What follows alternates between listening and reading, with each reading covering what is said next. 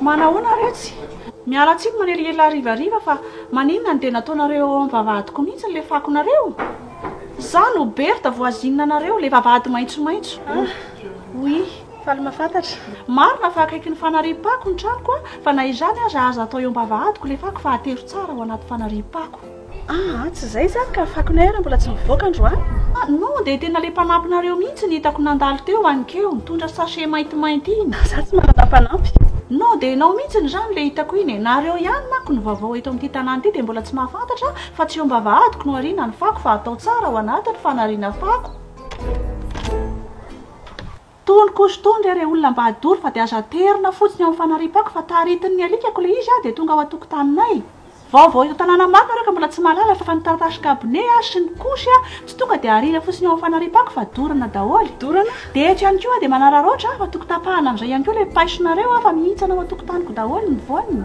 Dia ity zavatra tena somary mahasadika nefa tsy maintsy holazaiko ihany fa ny garazinareo mifanity tsara amin'ilay varavarankely ny dosiko ka mba teneno le vadinao tsy handinika be eo amin'ilay varavarankely ny dosiko fa hita ny fitanjahako rehefa mandro. Eny ary.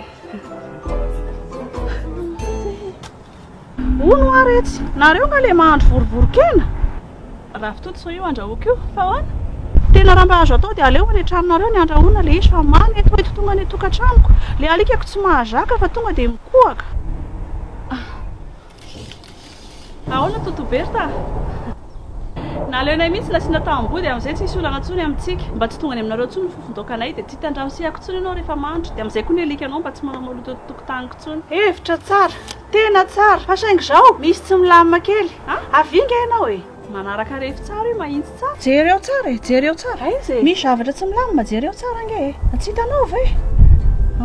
Ka izao tena naka géomètre mihitsy ako fa mangalatra makaty amiko le tambohanareo. Tena grave be mihitsy fa 23 cm be izao. 23 cm? Izay zany tsy nahitako azy. Dia ahoana zany? Dia tsy maintsy arodana.